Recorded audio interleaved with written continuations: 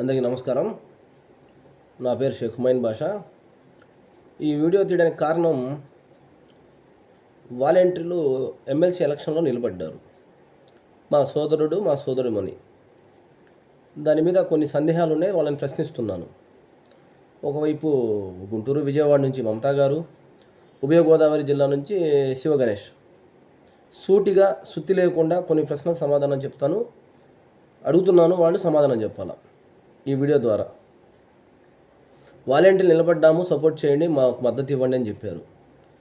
మీరు నిలబడేటప్పుడు ఎవరినైనా మద్దతు అడిగారా? వాలంటీర్ల సంఘాలు ఎన్ని ఉన్నాయి? ఆ సంఘాల అధ్యక్షులకు కానీ ఉపాధ్యక్షులకు కానీ తెలియపరిచారా? నామినేషన్ వేసిన తర్వాతైనా కానీ మీరు మా మద్దతు ఇవ్వండి అని చెప్పారా? అసలు మీరు ఎందుకు నిలబడ్డారు అనేది ఏమైనా ఎక్స్ప్లెయిన్ చేసి, 2,60,000 మంది వాలంటీర్లు రీచ్ చేశారా? ఏ కారణంతో నిలబడ్డారు? ప్రభుత్వం మీద వ్యతిరేకతనా? కూటమి ప్రభుత్వానికి సపోర్ట్ చేస్తానా? ఏందనేది మీరు ఎక్స్ప్లెయిన్ చేశారా? లేదు. మీరు సొంతగానే నిలబడి మీరు ఓట్లు అడగవలసింది పోయి వాలంటీర్ల మీద మీరు నిందలు వేయడం ఎంతవరకు న్యాయం? వాళ్ళు సపోర్ట్ చేయలేదు, వీళ్ళు నీకెవరు సపోర్ట్ చేస్తారు? నీ పోరాటం నువ్వు చేసుకో, నీ సపోర్ట్ నువ్వు చూసుకో. మేము సపోర్ట్ చేయాలా నీకేమన్నా?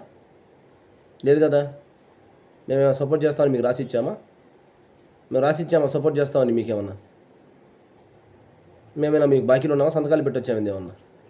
కాదు కదా. అయితే ఇక్కడ ఇంకో పెద్ద డౌటు. వాలంటీర్లు నిలబడి మేము వాలంటీర్ కోసం అని చెప్పి వాళ్ళు ఒక మేనిఫెస్టో రిలీజ్ చేశారు, మెగా డిఎస్సి. Volunteer chapter ఏదయ్యా?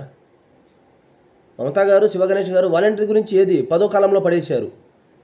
అసలు మన మెయిన్ ఎజెండా ఏంది? సాటి వాలంటీర్గా మీరు చేయాల్సిన ఎజెండా ఏంది? ఉద్యోగ భద్రత కల్పించాలి. అప్పుడు దాకా అసెంబ్లీలో, మండలిలో మేము పోరాటం చేస్తాం మమ్మల్ని గెలిపిస్తే. బకాయి పడ్డ వేతనాలు 10,000 చొప్పున మాటిచ్చారు కాబట్టి 9 నెలలు అయిపోయింది, లేదా 8 నెలలు అయిపోయింది, 80,000 వెనక్కి వచ్చేదాకా పోరాటం చేస్తాం మండలిలో మమ్మల్ని గెలిపిస్తే. వాలంటీర్లకి శాశ్వత ఉద్యోగస్తులుగా గుర్తించాలి. ఒక ఆప్షన్ కంప్యూటర్లో వచ్చేటప్పుడు ఆన్లైన్లో రెగ్యులర్ ఉండాలి. నాట్ ఓన్లీ టెంపరీ, అవుట్సోర్సింగ్ ఇట్లా కూడా ఉండకూడదు. రెగ్యులర్గా చేసేదాకా పోరాటం చేస్తాం. ప్రభుత్వంలో విలీనమయ్యేదాకా వాలంటీర్ వ్యవస్థని ఆర్టీసీ అయితే ఏ విధంగా విలీనమైందో ఆ విధంగా మేము పోరాటం చేస్తాం. ఏమీ లేవు. రాజీనామా చేసిన వాలంటీర్లని తక్షణమే విధుల్లోకి తీసుకోవాలి. ఈ లేవు.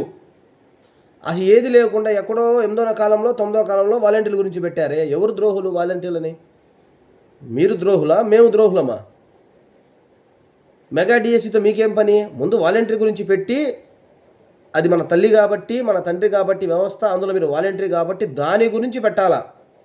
అసలు దాని అంశమే వదిలేసి ఏదేదో సుత్తి సోది సోదారం పురాణం రామాయణం సీతారాం మొత్తం పెట్టి లాస్ట్లో పడేశారు వాలంటీర్ల గురించి. ఎవరు ద్రోహులు? ఎందుకు ఓటేయాలి మీకు? మేము మా గురించే లేదు, మా వ్యవస్థ గురించే లేదు. మీ మేనిఫెస్టోలోనే మా గురించి పెట్టుకోవడానికి మీకు అంత నామూషి వచ్చిందే.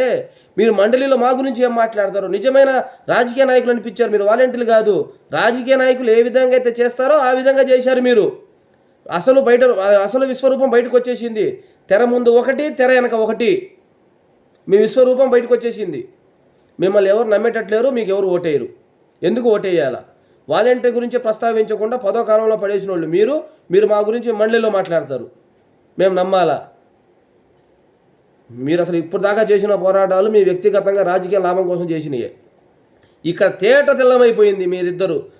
వాస్తవానికి వాలంటీర్ ద్రోహులే మీరు.